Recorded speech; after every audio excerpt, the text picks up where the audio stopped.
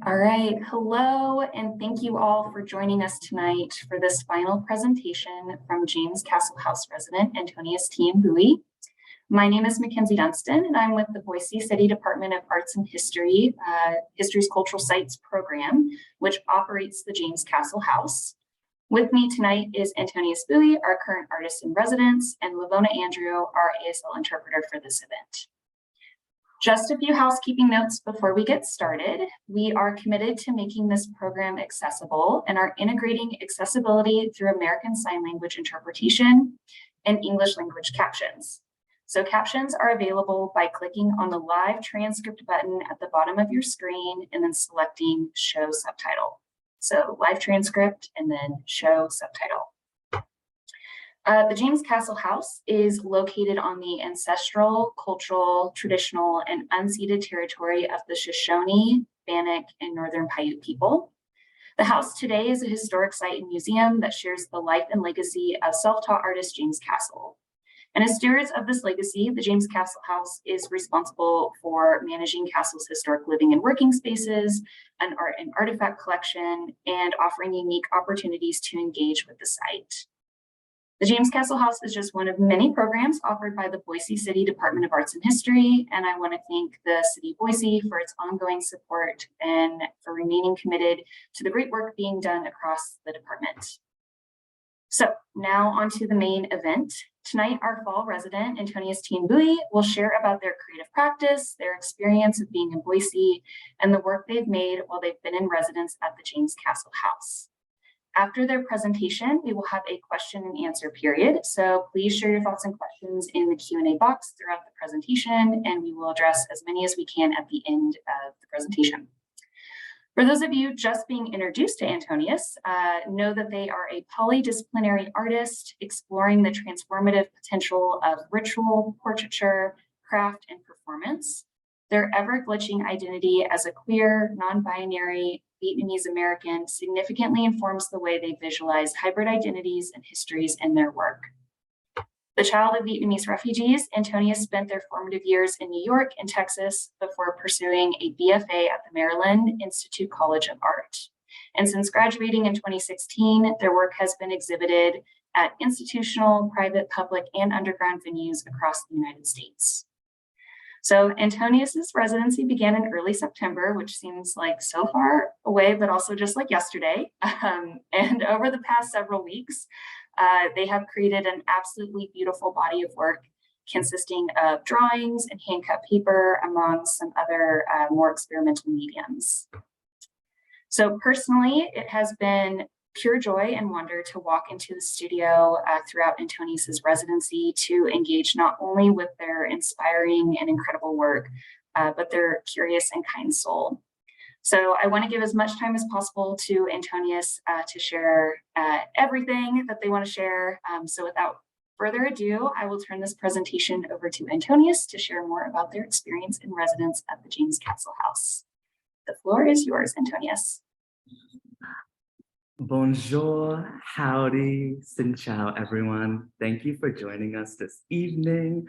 I'd like to first begin with a big thank you to Makenzi, Kristen, Sam, Jennifer, everyone at the City of Boise, and then all the beautiful fairies that I've met throughout my weeks here, including Julie, Anna Maria, Luan, Jazz, Jody, and the list goes on and on. It's been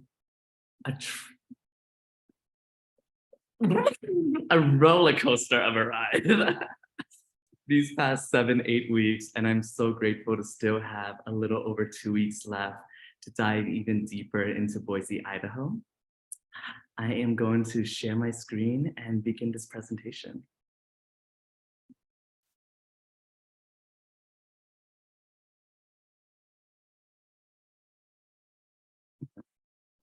So I literally just changed the title of my talk to "And Time Goes By So Slowly, and Time Can Do So Much," which some of you may recognize as lyrics from Unchained Melody. And so the reason why I changed it was because yesterday I went to somewhere with a couple of friends and it was karaoke nights. I did not sing this because that would be painful for everyone involved, but it made me dive deep into my Spotify. And while riding the bus today, this song played and I began crying. And I was like, Antonius, get it together. What is happening? But I just heard these two lines so differently. And it's probably because this residency is coming to a close.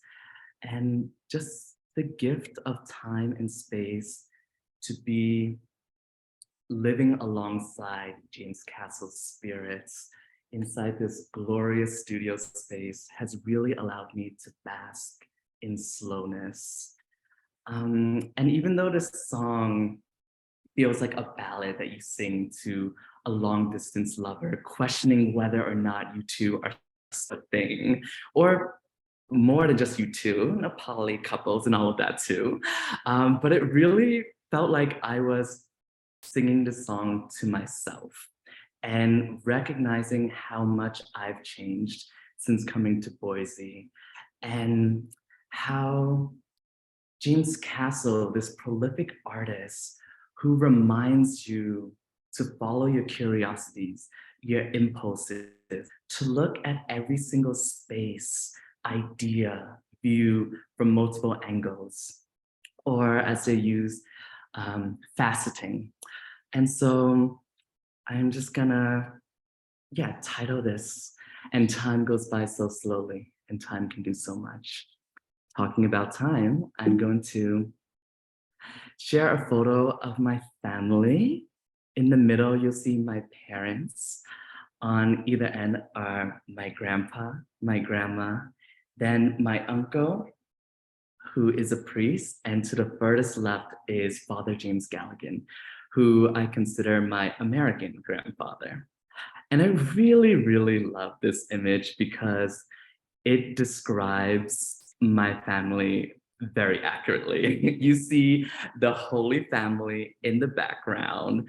And in addition to that, you see two more statues, pristinely white, of Jesus and the Virgin Mary. And everyone in the foreground is suited up, dressed to the nines, looking prim and proper. And they are very much so the devout Vietnamese-American Catholics that raised me. And the next image is of me and my three siblings. You have James, Antonius, me, Tan, and Teresa Sun. I really love this image in contrast to the previous one because, as you can see, the Holy Family is beheaded. They're gone. The four of us are posed a little bit more wonkily, a little bit queer. 3 out of 4 of us are. And we have a lot more color pattern going on. And I think it's just a testament to the ways that generations evolve and change. And even though I no longer identify as a Catholic, I carry so many of the lessons that my parents instilled in me. I am so grateful for all my aunts, uncles, all the Southeast Asian Americans who trekked across seas and built a life of their own here, in spite of white supremacy and racism.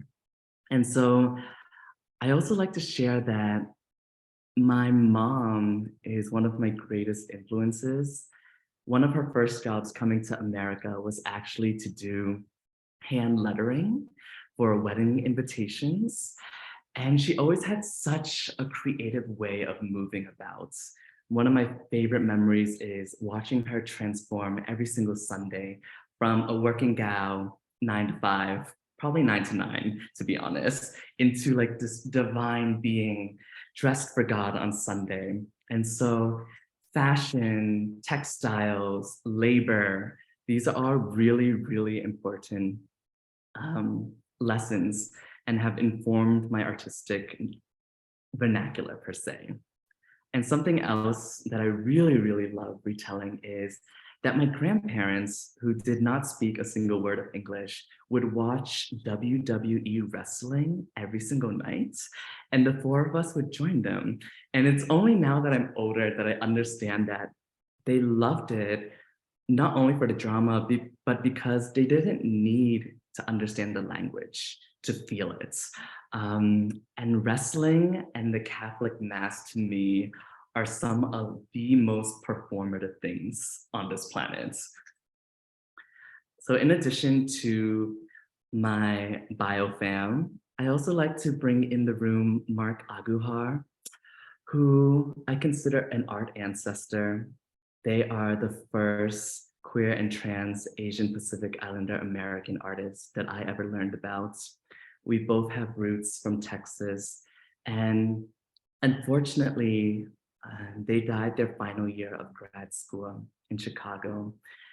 And I always love to begin my presentations with one of their pieces, which I consider a prayer. And so as a recovering Catholic, I invite all of you to partake in litanies to my heavenly brown body. So what I'll do is I'll say each phrase on the screen, and I ask you to say them aloud if you feel moved to. Normally, I present in a Zoom room where everyone is visible. I ask all of us to unmute ourselves, and there is a very chaotic chorus of voices. But I know that this is more lecture form, so I'm gonna trust that you actually say it out loud. And if you don't, I'm not judging you, but I am, you know? So here we go. Litanies to my heavenly brown body. Blessed are the sissies. Blessed are the boy dykes. Blessed are the people of color, my beloved kith and kin. Blessed are the trans. Blessed are the high femmes. Blessed are the sex workers. Blessed are the authentic. Blessed are the disidentifiers. Blessed are the gender illusionists. Blessed are the non-normative. Blessed are the genderqueers. Blessed are the kinksters. Blessed are the disabled. Blessed are the hot fat girls.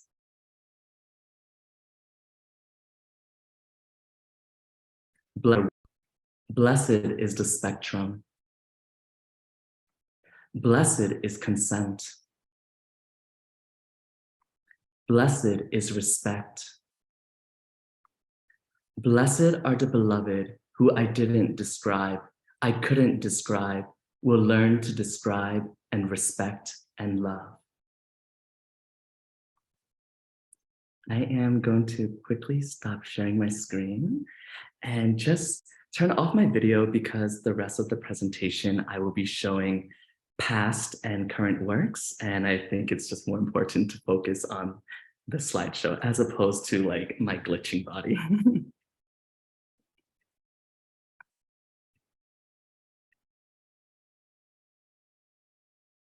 So I'd like to begin with the Missing Piece Project, which is a collective intervention at the Vietnam Veterans Memorial Wall in DC.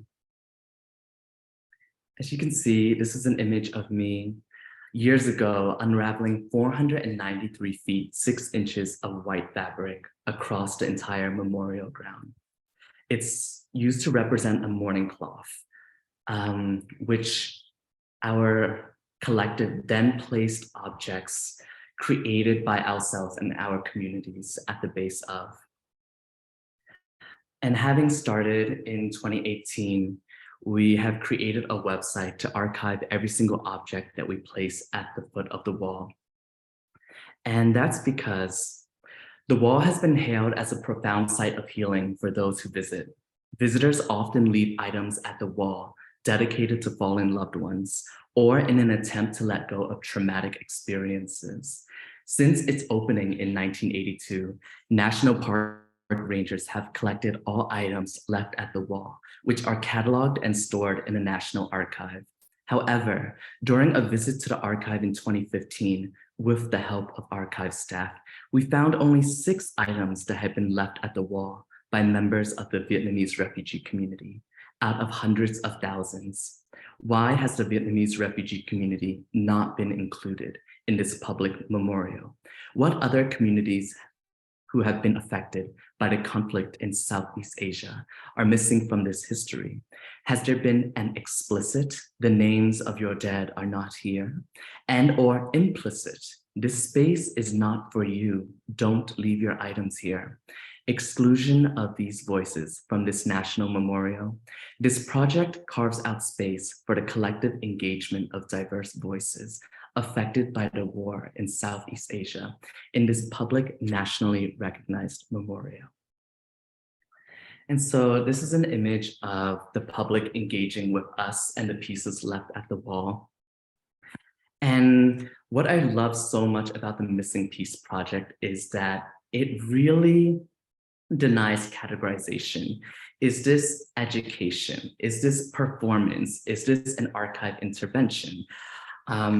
Is this an attempt to dream about own memorial? And the possibilities go on and on as we continue to evolve the project every single year. So on the left, you see some students engaging with the 2019 Missing Piece Project dedication. And what we love about the Vietnam Veterans Memorial Wall is it's oftentimes the second most visited memorial in the entire DC area. And so when we are doing these public performances, we engage in so many different types of conversation with kids who are just learning about the conflict in Southeast Asia, with vets who have served in the war, with Black vets who feel very much so abandoned by the United States, by other Vietnamese-Americans who sometimes see us and at other times find us too defiant, disrespectful.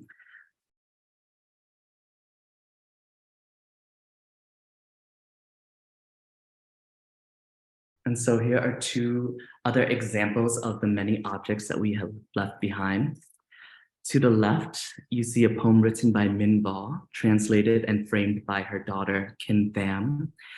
And what the artist did was take a piece of Black granite and engrave their poem and the translation of the poem in Vietnamese as a way to be in direct conflict and contrast to the huge Black reflective memorial that does not represent our histories. And to the right is a recreated high school grade book from Vietnam based on the experiences of Kim Tran's father. And what Kim Tran did was interview her father about what it meant to be a student during that time, how he evaded being drafted in the war, and his own memories of gradually losing his own friends due to the conflict. And so this project is a huge spark for intergenerational dialogue, which so many of us have never had, oftentimes due to the silencing effects of trauma.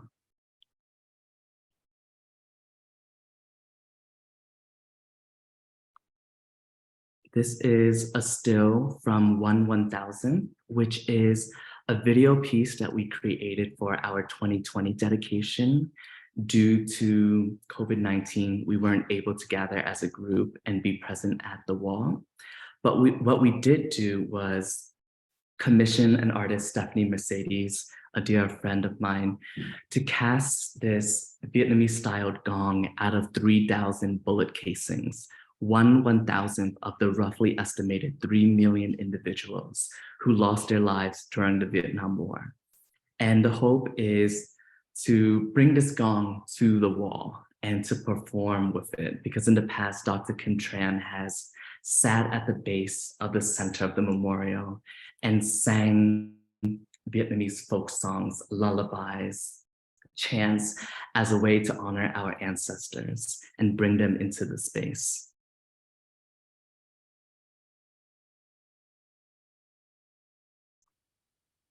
The next body of work I'm going to show is Hội đoàn, which means congregation. They are soft sculptures comprised of traditional Vietnamese garments donated by refugee communities all over the country, specifically Orange County, the Bronx, Denver, and Houston. Over 200 pounds of textiles were actually collected within the course of 2 months, a testament to the interconnectivity of the Southeast Asian community, specifically the Vietnamese Catholic parishes. And this is an ongoing body of work that celebrates our resilience and brilliance as a Vietnamese-American community. And what I can say about this project is it felt like the first collaboration I've ever done with my parents. Without them, I would not have been able to receive over 200 pounds of these garments because of their reputation within their church, because of their empathy and their willingness to give, to volunteer. They're deeply connected and very much so rallied many of their friends and community members to ship me, a total stranger in many of their eyes, their precious garments. And what you'll see over the next few slides are my attempt at imagining a memorial for ourselves. This was in response to the Missing Piece Project. Not being able to gather as a group made me think about, why must we always respond to whiteness? Why do we always have to come to DC every single year and intervene? Why won't we just create our own space? And so these are what I consider sketches of a memorial using the ao dais.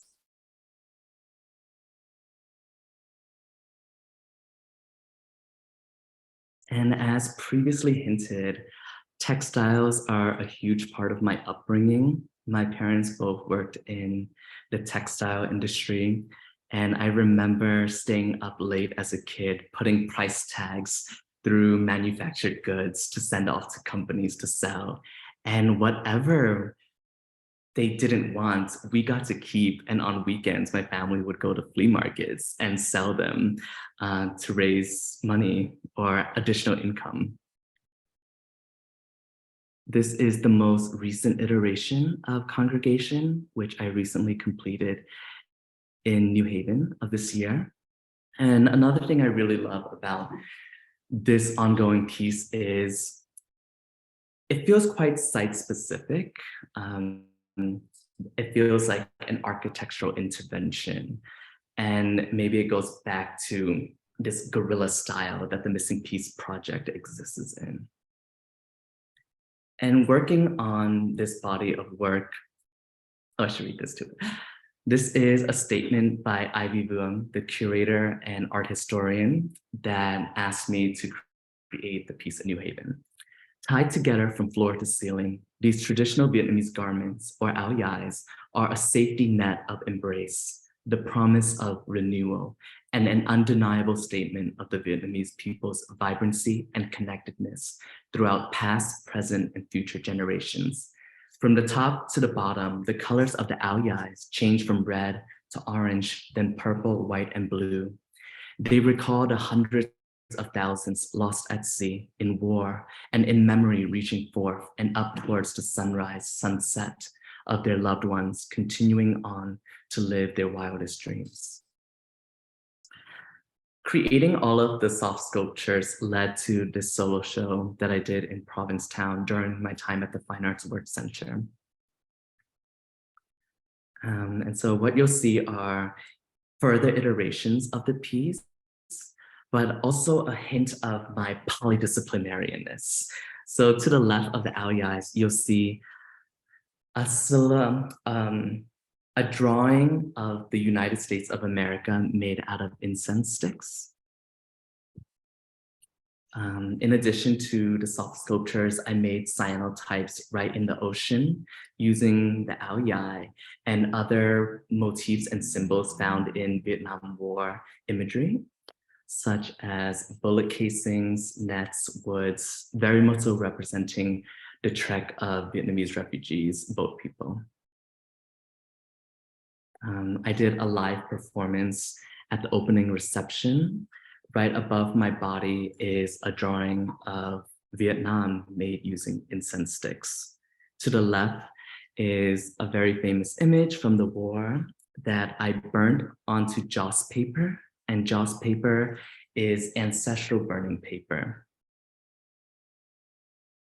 And as you can see, audience members were invited to activate the drawing, very much so filling the gallery space with the smell of incense, for me, which is reminiscent of temples, church, ancestral worship. And on each of the Zippo lighters were phrases from Vietnamese and Vietnamese-American authors, poets, and also from anti-Vietnam War protest slogans and lyrics from Vietnam War era songs. And so to the left, you see the entire narrative of this country argues against the truth of who you are. And to the right, mankind must put an end to war, or war will put an end to mankind. All wars are fought twice, once on the battlefield, the second time in memory. Don't be afraid to be this luminous, to be so bright, so empty. An Ocean Vuong quote.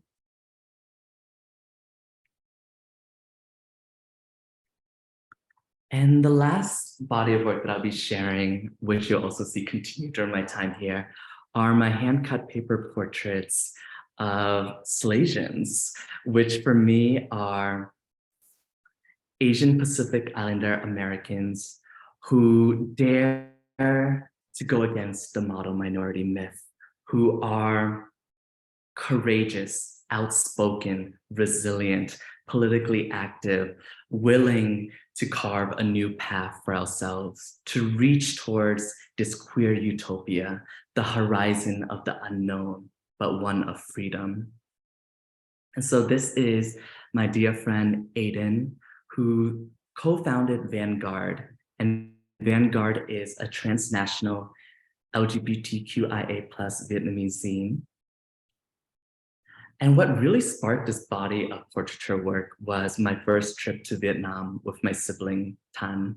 And we were very much so obsessed going to like corner thrift stores per se, where they sold bags and bags of film photos. And what I loved about going through these photos was seeing glimmers of queerness, feeling like and being reminded that queer and trans Southeast Asians have always existed, that our culture was once celebratory of queer and trans people, but due to colonization, we very much so retracted that and imbued ourselves with shame and had to hide. And so me and Tan very much so looked for photos that we projected queerness in many ways. There's no way to certify that these are queer relations, but we saw ourselves in these images. And it just reminded me of the lack of portraiture that represents me and my communities in the Western canon of art. And that's why I decided to pursue portraiture through the hand-cut paper process. And so you'll see that the portraits oftentimes start with a photo shoot. This is my friend Jarek and Robo. And then I create a drawing based off of that. I oftentimes incorporate patterning, hints of both of the narratives. So Jarek is a poet himself. And on the bookshelf, I've made sure to include his favorite collections. I very much so love honoring the way that each of us adorn ourselves, because for me, fashioning is armor. It's a reminder that we are able to constantly self-determine on a daily basis. installation shot from my solo show at Monique Malash Gallery. And I'll read this really fast by Tamal Alawala. The technique of cutting speaks to an absenting, as sections of paper are extracted out of the composition. In many ways, such absenting speaks to the myriad forms of loss, racial and gender sexual subaltern figures experience, be it family, belonging, joy, pleasure, or livelihoods and lives. However, in keeping with Bui's aim to avoid narrating queer AAPI lives only through frames of trauma and disposition, I am struck by what absenting in these portraits makes possible. It is through cutting bits of paper out that the figures in these portraits become visible. Here, Bui's technique alludes to a relationship between loss and the self, how loss constitutes the self. Loss marks the queer figure, shaping their hard edges and soft curves, setting the terms for a certain kind of legibility to the self and other. However, in keeping with a critical tradition that rejects the singular equivalence drawn between queerness and loss, Bui complicates the meaning of absence in these portraits. Absence does not denote only lack and loss. It is also the conditions of possibility for abundance, be it the cuttings within the figure that saturate the subject with floral motifs, so imbuing the self with a Baroque fullness, or the cuttings that suture subjects together in a lavish excess of love and care. Absence signifies tremendous possibility and plenitude.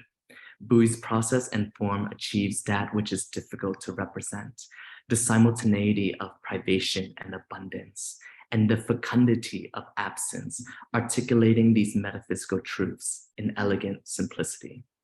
Thank you, Tamal Alawala, for writing that. And so I'm just gonna speed through other sources of inspiration that I incorporate into the cut paperwork. This is me creating a relief print using this floor carpet found in many Asian grocery stores. Lacquer paintings filled my childhood homes. So did these ceramic vessels and trinkets, and a lot of the patterns and symbols that you see in many of the backgrounds. An image of my grandma and auntie, just a testament to the importance of floral motifs in our culture. Behind the scenes shots of our photo shoots, just being our natural Slasian selves. Aiden and Nu, the co-founders of Vanguard.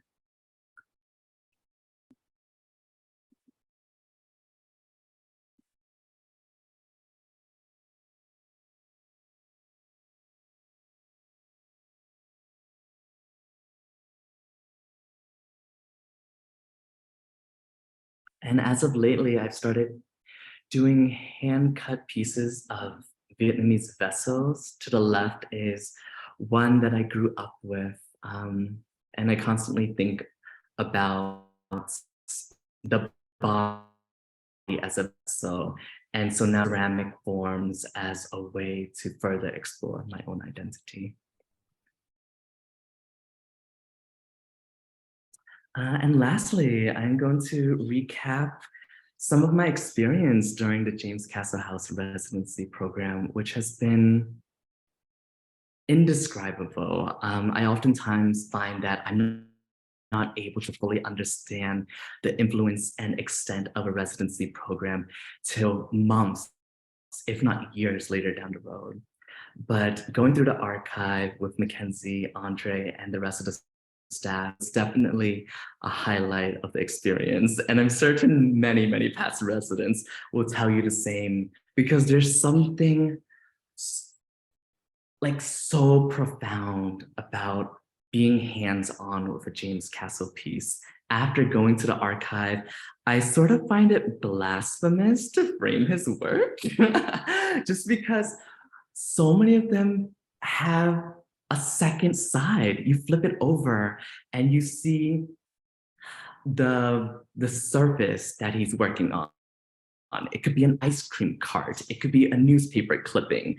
It could be a second drawing. The garments that he created included a lot of very tactile elements like buttons and hangers. And I just got really, really emotional being able to touch all the works, especially the one on the left of the screen, which we believe is the final piece that he created. Um, what a gift. And I highly, highly encourage all of you, I don't know if I'm stepping out my bounds, but to make an appointment and to experience the archive because there's nothing like it. And so another lovely gift of this residency has been being gifted an entire library of James Castle related books. In the bedroom, they provide you an entire shelf of them. And this quote from Woodsmoke, Reflections on Place after James Castle, I read this one every single day. We are within our landscape, crafted by its imagery and the sweep of its wind or the wind's absence. And yet, what we think of as place, the harder edges, whittles its way into us until we carry place inside. We become soft cages for what we have seen and for what has seen us back. The architecture outside of self becomes the interior architecture, crafting self. And so my time here has allowed me to see my interiority in a new light, to redesign my architecture, to feel the freest I felt in a really long time. These images are taken by Brooke Burton, who does a phenomenal job with the Creators, Makers, and Doers blog of the city of Boise. And every single day, I found myself dancing, reading, drawing, cutting, unstrangering people, saying hi to birds, even the squirrel that came into the studio space. So here is my wall of ongoing drawings, which you can see up close at tomorrow's open studio from 11 to 1. I did a lot of rubbings throughout my time here, and it was my way of familiarizing myself with a space that I'm acquainting or getting to know for the very first time. And what I love so much about rubbings are how you get on your hands and knees and develop a very, very intimate relationship with these surfaces. And you determine the opacity of the drawings. And I oftentimes revisited these spaces, focusing more on certain edges or patterns, deciding to erase certain aspects of what's perceived to be permanent.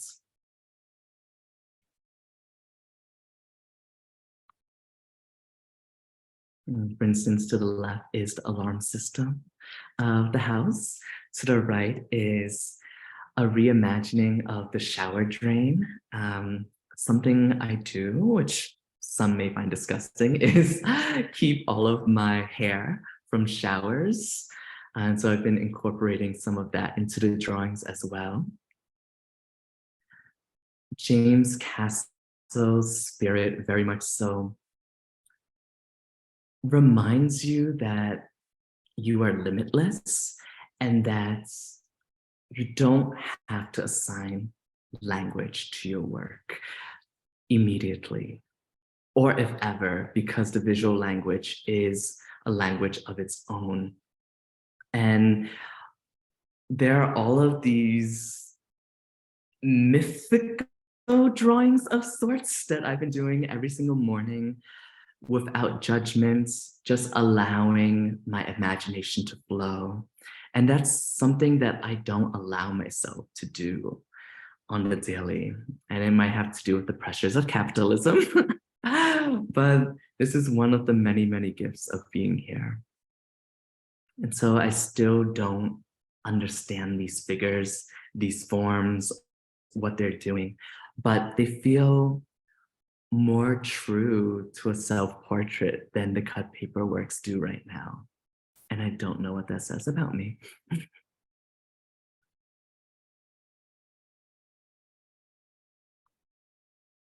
I've also been upcycling a lot of the memorabilia from my time in Boise, whether or not that's a movie ticket, cardboard from packages I've received, the orientation packet, the chocolate bar that the staff gifted me, etc. Here is one of my favorite memories from the time here thus far. This is the second open studio, which was just last weekend. You see Jennifer and her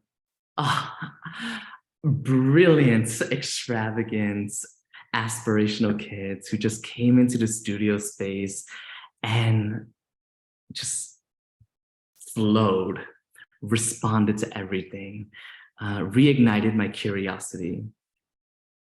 This is a collaborative drawing that we did together using markers, paint, lipstick, blush, eyeshadow, remembering that James Castle's, well, one of his favorite materials was just spit and soot. And so to always challenge what a drawing can be made out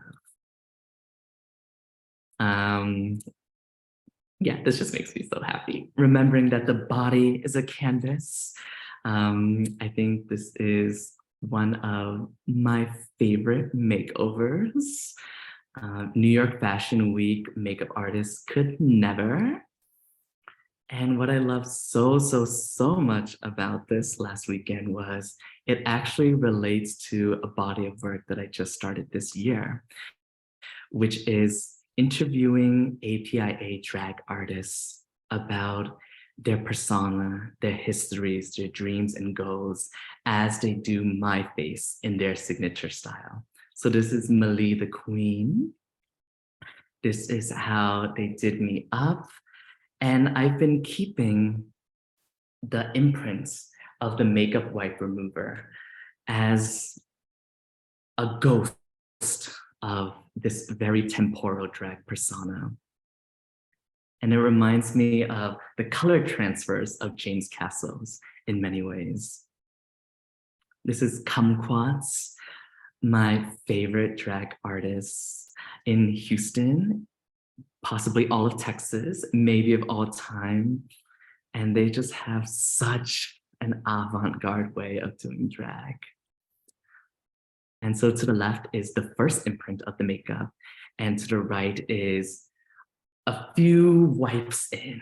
And I love the obliteration of the face, reminding us that identity is always in flux. It can be muddy, that not being immediately legible is powerful in some ways. Here is me. During my time here, I've started practicing doing my own face, which has been really difficult because I am so visually impaired. Without my glasses, I can barely see anything.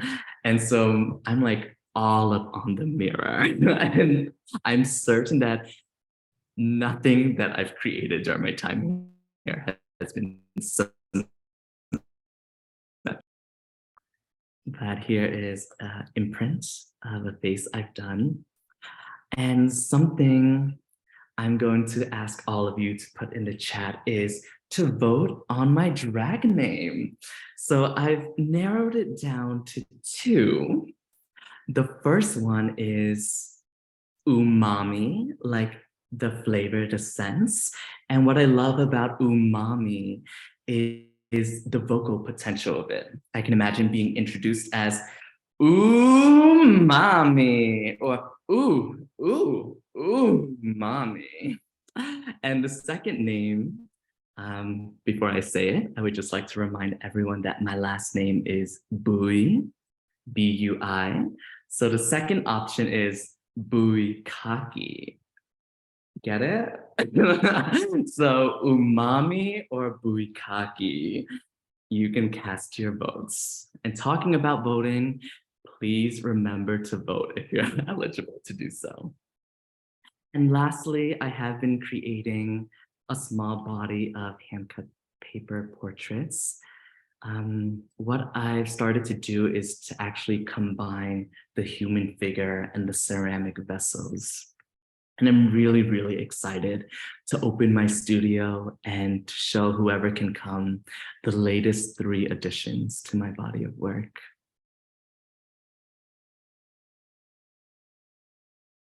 And lastly, I just like to really thank Boise. In my few weeks here, I've been so grateful to, so I'm getting a little emotional.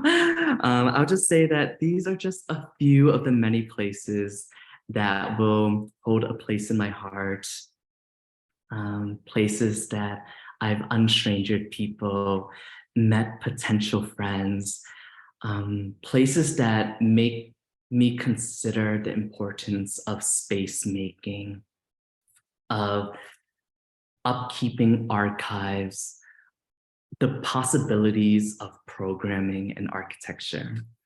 These include Sorrel's Place, VAC, Visual Arts Collective, Flying M Cafe, Biking the Greenbelt, Serendipity Boutique Consignment Clothing, which I'm wearing right now, Somewhere Bar, the Balcony Club, and y'all, the drag and burlesque of Boise is top notch.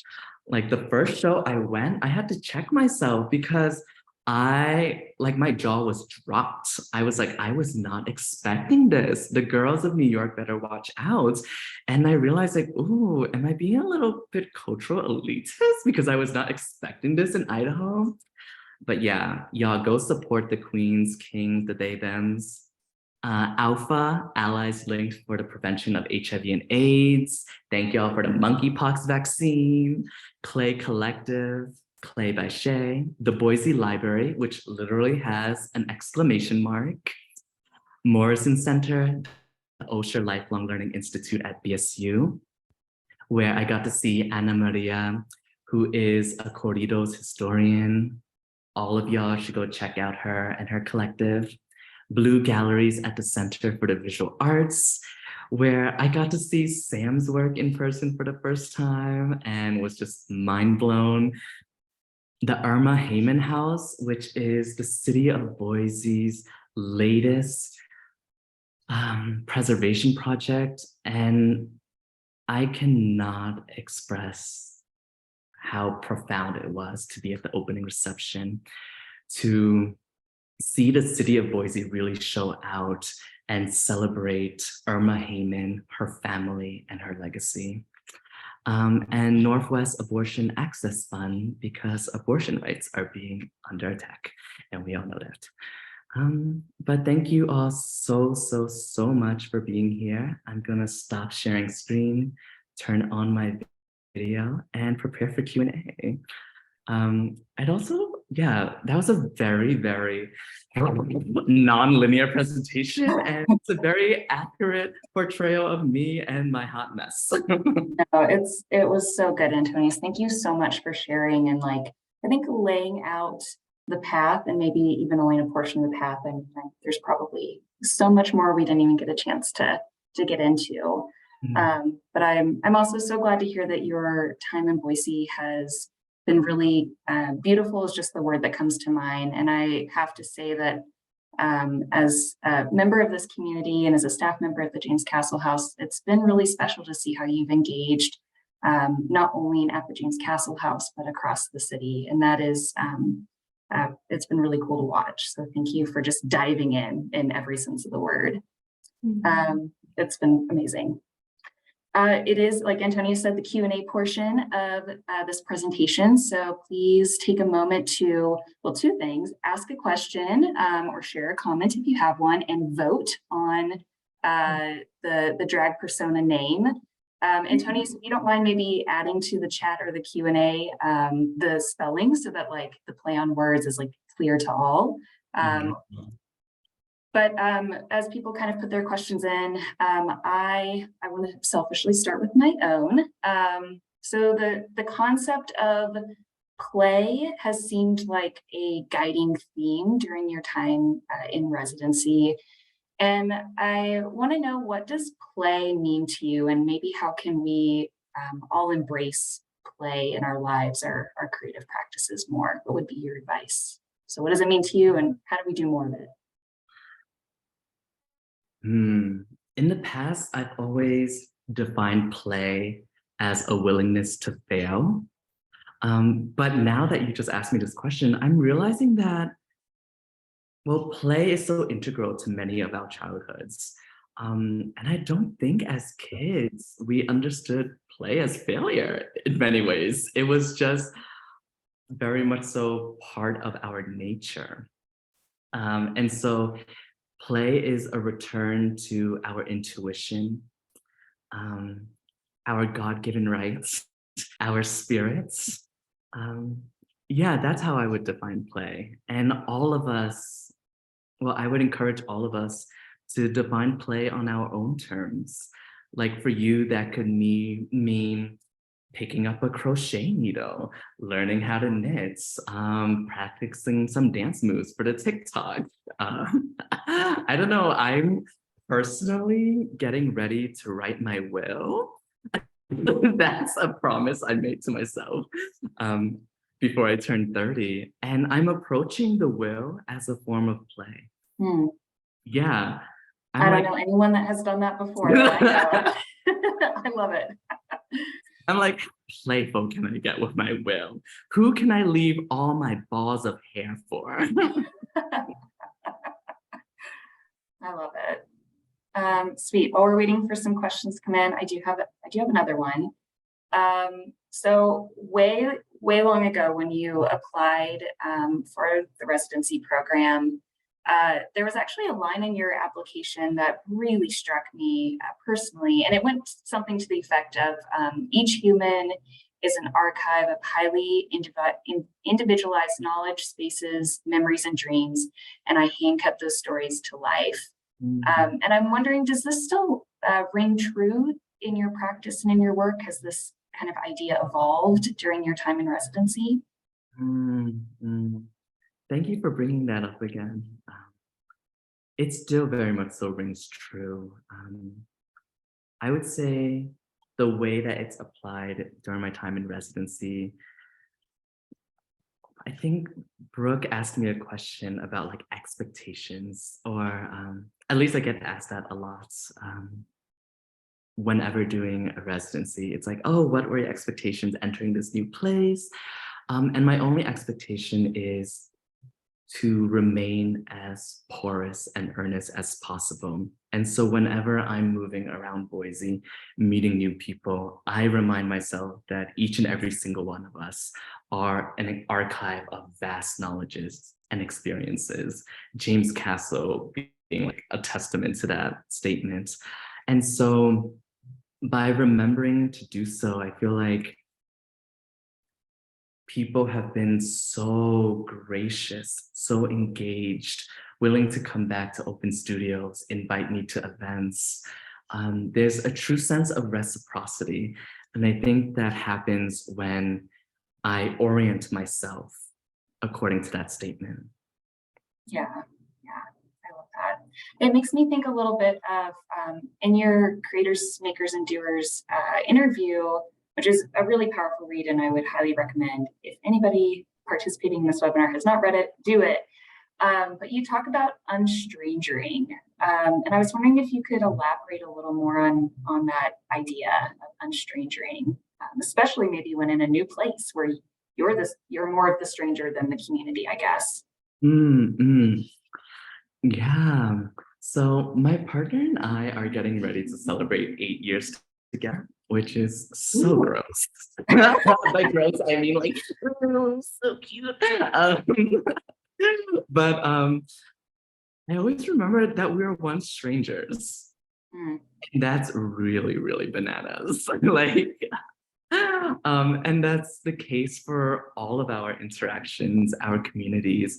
And it's only through the courageous act of being open to more, to unstrangering someone through conversation, that we are able to, I don't know, just be reminded of our capacity to give and receive in many ways.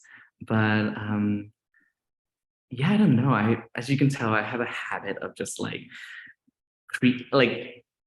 morphing language or being okay with like moving things around, and unstrangering feels like the most appropriate way to describe how I enter most new spaces. Yeah, I really love it. I think I'm going to adopt it into my own vernacular, just as the approach to, I don't know, entering communion with someone else, especially an unknown, and you are unknown to them. Yeah. I want to remind everyone that we still have time, so if you've got questions, send them in, or your vote. A lot of umamis seem to be the lead. There's a great question here, though. So someone is asking, your cut paper artworks are so intricate and beautiful. Are you naturally patient, or does the process of creating the art increase your patience? Oh my gosh, thank you for that question. Naturally patient. I wish. I pray every day for more patience, let me tell you that. Especially with, our political landscape. I'm just like, dear Almighty Allah, Buddha, God, beings, provide me more patience. I would say that the practice reminds me to be patient. It fills my days with the slowness that I need to process all of the information that we absorb on the daily. Yeah, it's easy to move fast, and so something that slows you down can be really special. And something else I love about the cut paper process is it's very unforgiving. And yeah, you can't goof up too much, huh? You can't goof up, but I do because I'm only human. And there are actually so many mistakes within each and every single piece. And every single accidental cut is an act of surrender for me. And just being okay with it, letting it go, and remembering that I shouldn't even consider it a mistake to begin with, but an addition to the piece itself. Yeah. Do you typically remember where those sort of kind of accidents happen, or do they just kind of get lost by the time you're done? I do. Like when people are looking at the piece for the first time, I'm like, I hope they don't see that corner. Or like I'll stand in front of it and be like, don't look here. But they're like, can you move? And I'm like, okay. And they never say anything. It's all in my head. Yeah.